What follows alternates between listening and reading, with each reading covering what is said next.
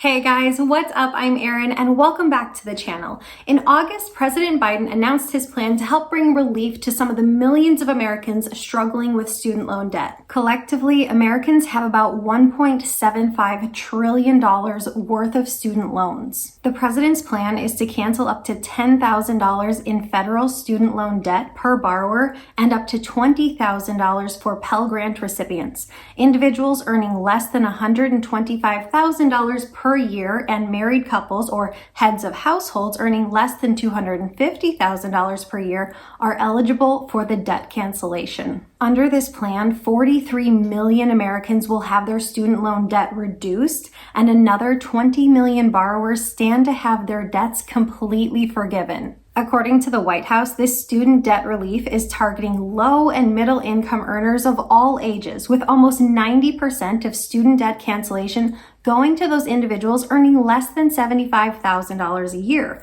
which happens to be the median household income in the U.S. Also, the goal is to help close the gap of racial inequality, as students of color are more likely to take out loans of larger amounts, and in some cases are twice as likely to be Pell Grant recipients. Just a quick note here about Pell Grants. The Pell Grant is a form of need-based federal financial aid that typically does not have to be repaid. They are most frequently awarded to students demonstrating the most financial need, with 94% of recipients coming from families earning less than $60,000 a year. Just a quick note here, if you've been paying on your student loans since forbearance was allowed to be instated during the pandemic, key date to remember here, March 13th of 2020, and your income falls within these limits, you can call your lender, request a refund of your payments, and then apply to have your loans forgiven. So you could actually get a refund on your student loan payments that you've made. If you had a $9,000 balance in 2020, then say paid off $2,000, your balance would now be $7,000. You could request a refund from your loan servicer of your $2,000 and then apply to have the entire $9,000 forgiven. Here's a list of phone numbers of federal loan service providers if you need it. So those are the highlights, and clearly the cost of college has gotten out of hand. Presently, the average in-state public university costs a little over $10,000 per year, and the average private university costs almost $38,000 a year. 4 years at a public institution then averages about $40,000, and for a private institution, $152,000. Who the heck is taking out loans to go to private universities? Guess where I went, an in-state public university, and it was great! Looking at those figures, it's easy to see why there's an issue with student loans in this country. You're going to be hard-pressed to find an 18-year-old who has that type of cash at the ready, which is why when people graduate from a public in-state university with a bachelor's degree, they tend to have about $30,000 in student loans. And of course, many parents want to help out their kids with the cost of higher education, but for many families, it's not feasible. Many families already find themselves living paycheck to paycheck, so paying for higher education, footing that bill, just isn't feasible. In order to receive this student loan forgiveness, your income has to be below these thresholds. If your income's below these thresholds, all you have to do is go online, fill out an application detailing your income. This application isn't yet available. It's slated to be available in October, but that could be delayed if the forgiveness plan is challenged in court. The federal student aid website says relief can be expected within 4 to 6 weeks of completing the application. The website also advises to apply before November 15th of 2022 in order to see your loans forgiven by the end of this year. Some qualified borrowers, however, may see their forgiveness sooner.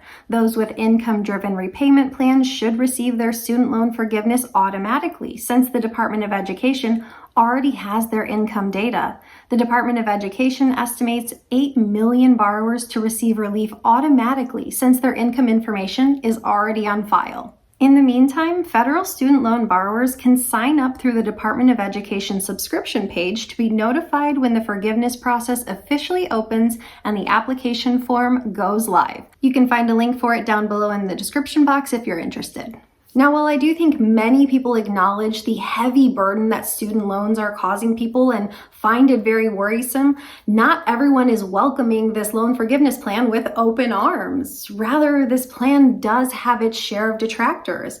In fact, as I said, this plan could actually be held up in court, as many Republicans are questioning the legality of the president to actually make this decision. Many critics of the loan forgiveness plan say that the president doesn't actually have the authority to make sweeping loan forgiveness policies without congressional approval. According to Business Insider, the legality of broad debt relief has been widely debated. Shortly after taking office, Biden himself expressed hesitancy about his authority to cancel a large amount of student debt, asking the Education and Justice Departments to prepare memos outlining his legal ability to do so. Both departments concluded that this authority does exist under the HEROES Act of 2003. So while it may be controversial, it does appear that he currently has this authority to do so. It's important to keep in mind that laws are ever evolving. It's also worth keeping in mind that some states may look at student loan forgiveness as a taxable event.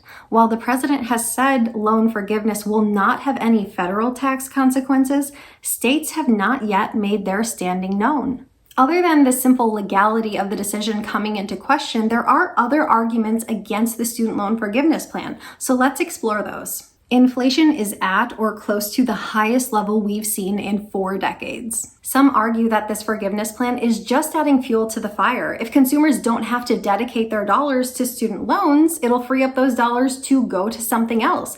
Likely it'll be spent on other goods and services, and thereby it will increase the demand for goods and services even further. And a high demand for goods and services is already what's helping drive this inflation. We already have an economy that can't keep up with consumer demand. Shortages are rampant in practically every industry. Job openings are widespread. Many fear that more dollars for consumers could make this situation worse and further delay our economic recovery. Not all economists feel this way, however. They say this is a totally different animal than those $1,200 stimulus checks. Debt relief is not the same thing as putting money directly into consumer pockets. And they say it's important to keep in mind that student loan repayments have already been put on hold since the start of the pandemics. So more so, this would just be a debt burden relief for many Americans. Loan forgiveness ultimately takes the debt burden from individuals and passes it on to the government, who then in turn passes it on to the taxpayers.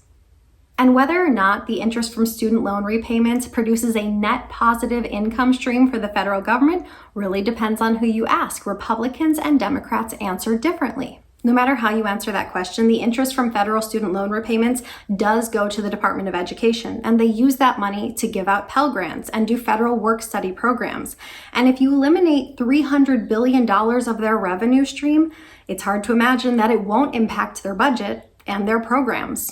I've also heard people argue that student loan forgiveness isn't fair on a personal level. People in the past never had any student loan forgiveness. They had to budget and scrimp and save and pay off their own student loans. Why should anyone else get student loan forgiveness if they didn't?